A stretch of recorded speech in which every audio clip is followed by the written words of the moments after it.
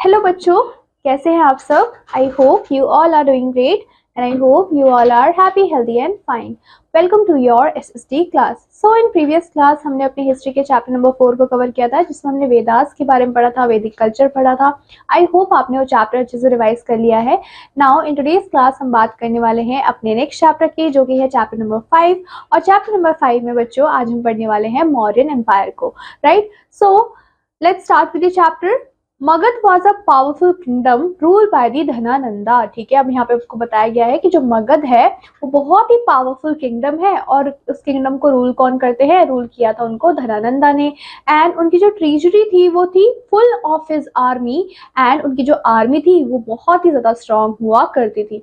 But he was not popular, वो इतने ज्यादा पॉपुलर नहीं थे, एंड बहुत ही लिटिल अटेंशन दिया जाता था to the welfare of the people as well. Right, अगर हम यहाँ पे बात करते हैं चाणक्य की या फिर कौटिल्य की, तो वो कौन थे बच्चों, तो वो हमारे ब्राह्मण मिनिस्टर हुआ करते थे नंदा कोट के। एंड उन्होंने मैनेज किया कि वो कैसे भी करके सपोर्ट को गेन करे एंड असिस्टेंस प्रोवाइड करे from the Chandragupta. Now both of them raised an army, इन दोनों ने ही क्या किया, अपनी आर्मी बनाई और इन्होंने अटैक किया पाटलिपुत्रा पे। एंड जो यहाँ के धनानंदा थे वो ओवरथ्रोन हो चुके थे और उनको किल भी कर दिया गया। जो यहाँ पे मौर्यन डायनेस्टी है बच्चों, वो यहाँ की फर्स्ट ग्रेट एम्पायर है जो कि पूरे इंडिया में एग्जिस्ट करती है। नाउ जो मौर्यन डायनेस्टी है बच्चों, वो हमारी फर्स्ट ग्रेट इंडियन एम्पायर है जो कि इंडिया में बना था।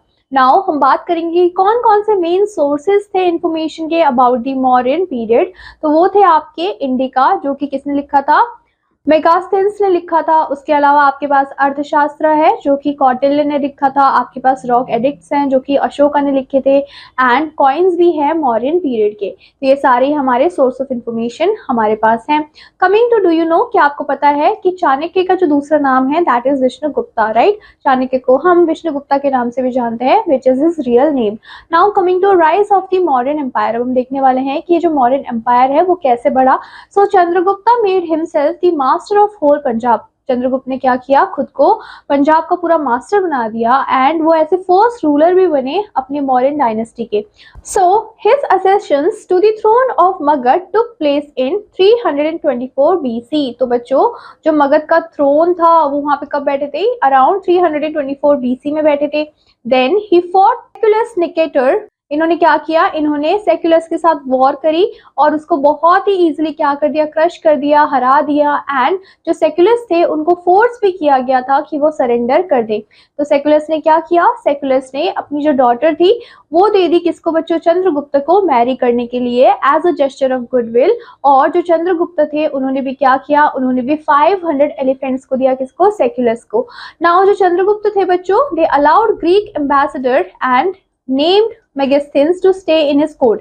अब उन्होंने क्या बोला, उन्होंने बोला कि जो ग्रीक एम्बेसडर है वो वहां पे उनके कोर्ट में रह सकता है at the Pataliputra. And this was the person who wrote the Indica, और यही वो पर्सन थे जिन्होंने इंडिका को लिखा था।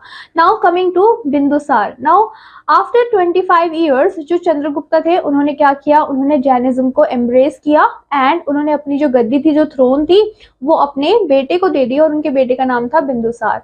नाउ बिंदुसार भी बहुत ही ज्यादा एफिशिएंट रूलर हुआ करते थे, एंड इन्होंने क्या किया, इन्होंने एक्सटेंड किया अपने मौर्यन एम्पायर को as far south as Mysore. तो उन्होंने कहां तक एक्सटेंड किया, मैसूर तक एक्सटेंड किया, जो कि साउथ में प्रेजेंट है। Thus he ruled over almost the whole of India. तो हम ये बोल सकते हैं कि उन्होंने ऑलमोस्ट पूरे इंडिया पे ही क्या किया है, रूल किया है। बट जो रीजन है कालिंगा का, जो कि उड़ीसा में प्रेजेंट है, या फिर उनके किंगडम्स की बात करें तो आपको extreme south were not part of his empire. लेकिन हमें बताया कि उन्होंने इंडिया के बहुत सारे पार्ट में रूल तो किया, लेकिन अगर हम कालिंगा की बात करें या फिर जो एक्सट्रीम साउथ थे उन पार्ट्स की बात करें तो वहां पे उनका एम्पायर नहीं था। Right, so he maintain good relationship with the Greeks. उन्होंने क्या किया, उन्होंने जो ग्रीक रूलर्स थे उनके साथ अच्छी रिलेशनशिप को मेंटेन करके रखा, जो कि साइरिया और इजिप्ट के थे। अब यहाँ पे जो ग्रेट वॉर विद कालिंगा है वो हुआ, and that took place during the region of Bindusara successor Ashoka. And ये जो वॉर था, the war had a far reaching consequences. और जो ये वॉर हुआ, कौन सा वॉर बच्चों, कालिंगा वाला वॉर, उसकी वजह से हमें बहुत सारे कॉन्सिक्वेंसेज भी देखने को मिले। Now coming to Ashoka, now Ashoka कौन थे बच्चों? अशोका सन थे बिंदुसार के, एंड इन्होंने क्या किया है, इन्होंने इनहेरिट किया है मौर्यन एम्पायर को after Bindusara. Now he was the most famous Mauryan king. अगर हम देखें तो सारे मौर्यन किंग्स में से जो अशोका थे वो सबसे ज्यादा फेमस थे। वो बहुत ही ज्यादा ब्रेव वॉरियर हुआ करते थे, एंड वो चाहते थे कि वो क्या करें, वो अपनी बाउंड्रीज को एक्सटेंड करे, अपने एम्पायर को थोड़ा और बढ़ाए, और वो कॉन्क्योर भी करे कालिंगा को। Now coming to war with Kalinga, तो उसको कॉन्क्योर करने के लिए उन्हें वॉर करना पड़ता, तो यहाँ पे वॉर भी हुई कालिंगा के साथ। तो अशोका ने क्या किया, अशोका ने अटैक किया कालिंगा को with the help of his large army.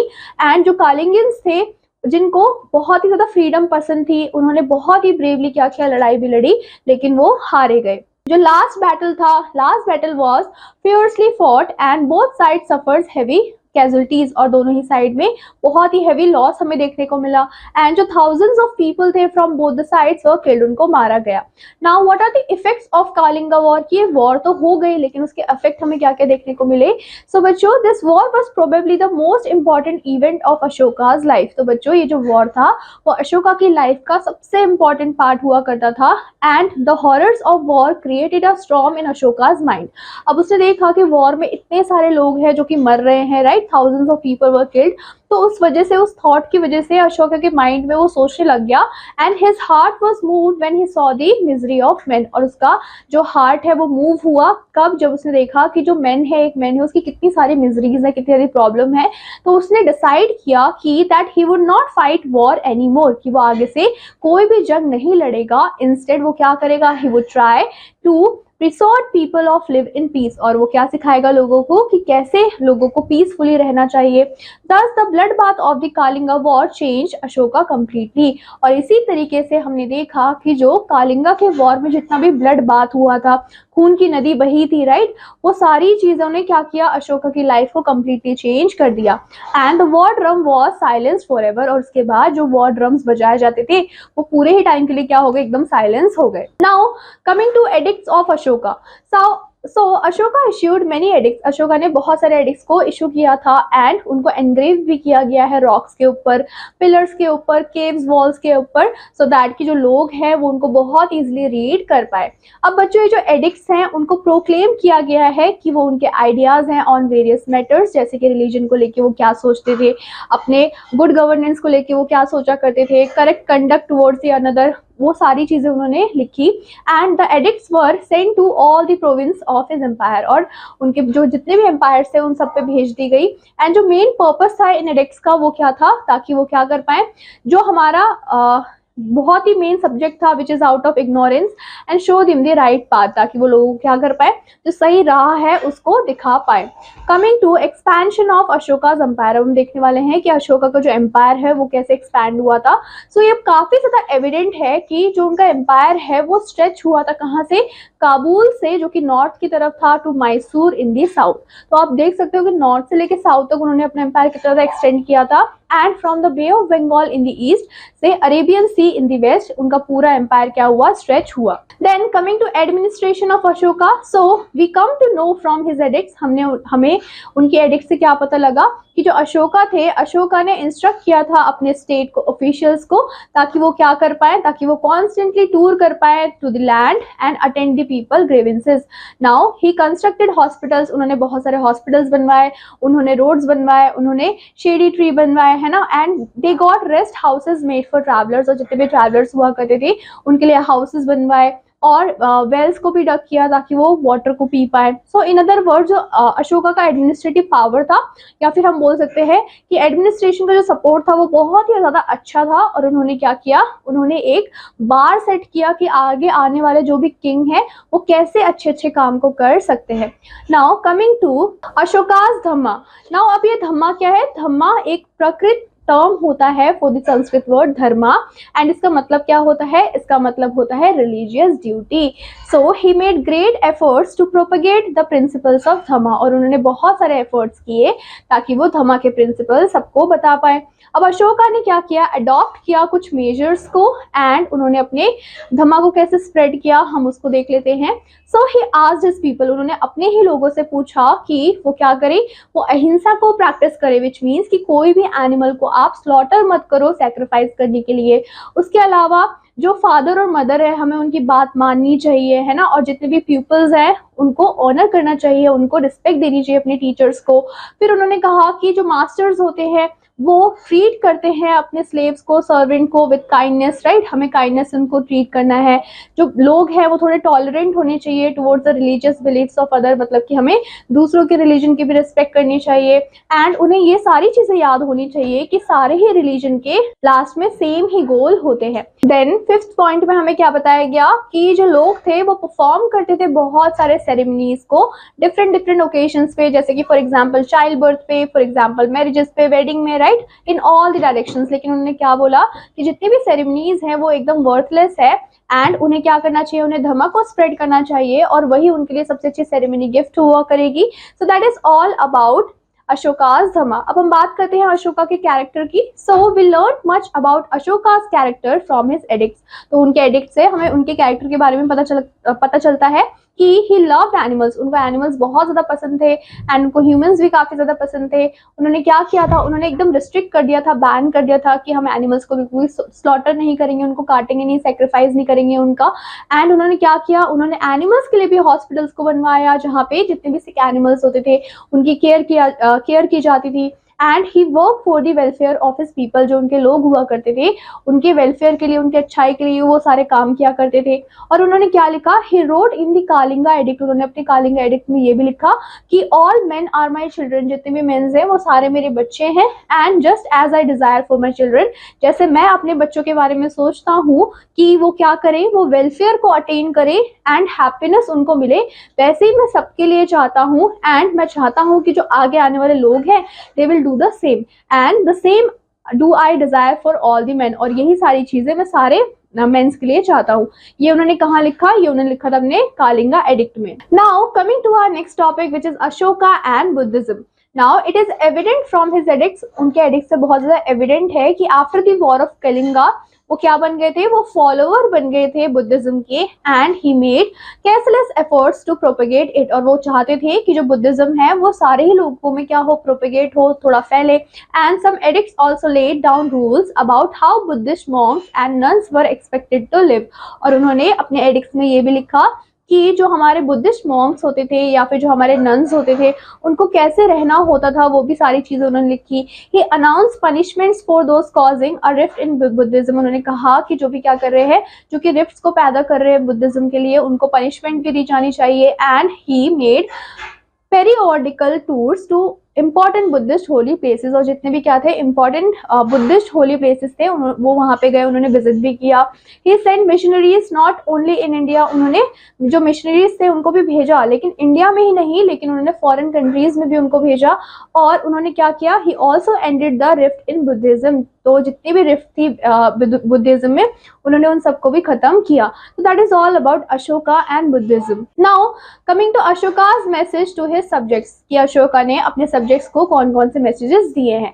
सो अशोका ने हमेशा ही बहुत सारे एफर्ट्स लगाए हैं सो दैट कि जो लोग हैं डिफरेंट डिफरेंट ग्रुप्स के वो साथ में पीसफुली रहे, राइट, को एग्जिस्ट तो कर रहे हैं लेकिन पीस में रहे एंड बिल्कुल एक दूसरे को टॉलरेट करके रखे। Now through the 12th rock edict, उन्होंने क्या लिखा, उन्होंने अपने 12th रॉक एडिक्ट में लिखा, he notified all religion should flourish, जितने भी रिलीजन हैं उन सबको ही फ्लरिश करने का मौका दिया जाना चाहिए, और जो स्पिरिचुअल स्ट्रेंथ है उसको इंक्रीज करने की जरूरत है, और उसको स्ट्रेंथन करने के लिए, उसको इंक्रीज करने के लिए हमारे पास बहुत सारे वेज भी हैं।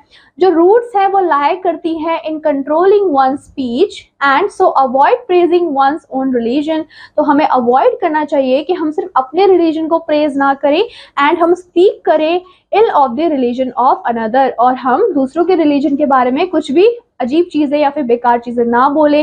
उसके अलावा जो persons of other religion should be honoured, और जो भी अदर रिलीजन को फॉलो करता है उन पर्सन को हमें ऑनर करना है, उनको रिस्पेक्ट देनी है। And the one who reveres one's religion and disparges that of another does injures one's own religion most certainly. और कहा गया कि अगर आप दूसरों के रिलीजन का मजाक बनाते हैं तो अल्टीमेटली आपको क्या पता लग रहा है कि आप क्या कर रहे हो, आप इंजॉय कर रहे हो अपने खुद के रिलीजन को, right? So that is all about Ashoka's message to his subjects. Now coming to our next topic which is Ashoka and the spread of Buddhism. अब हम देखेंगे कि अशोका ने कैसे बुद्धिज्म को स्प्रेड होने में हेल्प किया है. So the name of Ashoka is very popular. उनका नेम काफी ज्यादा पॉपुलर है.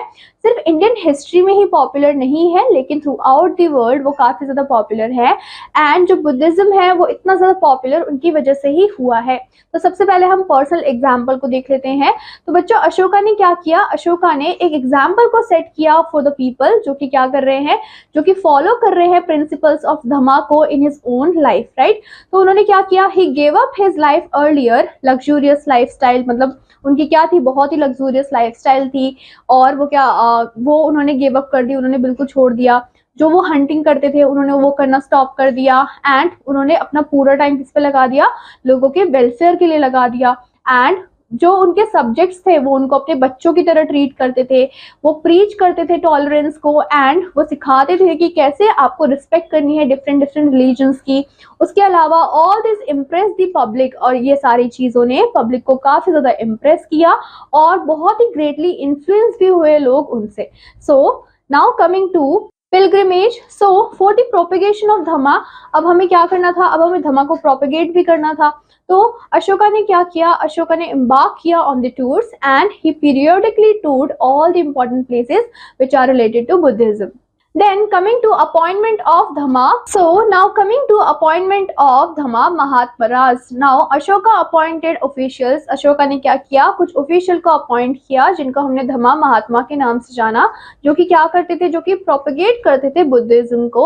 And इन्होंने क्या किया, they persuaded people to live their lives according to the principles of Buddhism. उन्होंने लोगों को सिखाया कि उन्हें कैसे अपनी लाइफ को जीना है, किसके प्रिंसिपल्स पे, बुद्धिज्म के प्रिंसिपल्स पे. देन आते हैं आपके फॉरेन मिशन. सो उन्हें क्या करना था, उन्हें सिर्फ इंडिया में ही नहीं, उन्हें फॉरेन कंट्रीज में भी बुद्धिज्म को काफी ज्यादा प्रोपेगेट करना था. ताकि तो इसके लिए उन्होंने क्या किया, उन्होंने बहुत सारे मिशनरीज को भेजा कुछ कंट्रीज में, जैसे कि नेपाल में, श्रीलंका में, बर्मा में, सीरिया में, इजिप्ट में. उन्होंने क्या किया, अपने मैसेंजर्स भेजे. और उन्होंने क्या किया, उन्होंने अपनी बेटी को भी भेजा जिनका नाम था संघमित्रा एंड महेंद्रा, ताकि वो क्या कर पाए, ताकि वो बुद्धिज्म को स्प्रेड कर पाए श्रीलंका में. और बच्चों इसी वजह से जो बुद्धिज्म है वो आपको पूरे वर्ल्ड वाइड स्प्रेड होते हुए दिखा. Now coming to our next topic जो कि है मौर्यन एडमिनिस्ट्रेशन. सो अगर हम मौर्यंस की बात करें तो हमने पूरे चैप्टर में ही क्या देखा है कि वो बहुत अच्छे एडमिनिस्ट्रेटर्स रहे हैं और उन्होंने बहुत सारे ऐसे स्टेप्स भी लिए हैं जो कि जो सब्जेक्ट्स हैं, जो लोग हैं, उनके वेलफेयर के लिए लिए हैं. सो जो यहाँ पे साइलेंट फीचर्स हैं इनके एडमिनिस्ट्रेशन के, हम उनको देख लेते हैं. सो फर्स्ट आता है हमारा सेंट्रल गवर्नमेंट और इसमें आते हैं हमारे king and his ministers. So the king was the head of government. हमें पता है कि किसी भी गवर्नमेंट का जो हेड होगा पुराने टाइम पे वो कौन होते थे, वो किंग होते थे, राजा होते थे. एंड उन्होंने रूल किया है अपनी कैपिटल सिटी को पाटलिपुत्रा. और मॉडर्नली अगर हम देखें तो हम पाटलिपुत्रा को पटना के नाम से भी जानते हैं. अब बच्चों there was a council of minister. क्या था बच्चों, काउंसिल था मिनिस्टर्स का, जिसको हम मंत्री परिषद के नाम से जानते हैं, जिसमें हेल्प किया उन्होंने, जो कि हेल्प करते थे उनको एडवाइस देते थे. एंड बिसाइड दीज अगर हम देखें तो जो किंग थे उन्होंने अपॉइंट किया था नंबर ऑफ ऑफिसर्स को, जो कि क्या करते थे, उनके ऑर्डर्स को फॉलो किया करते थे.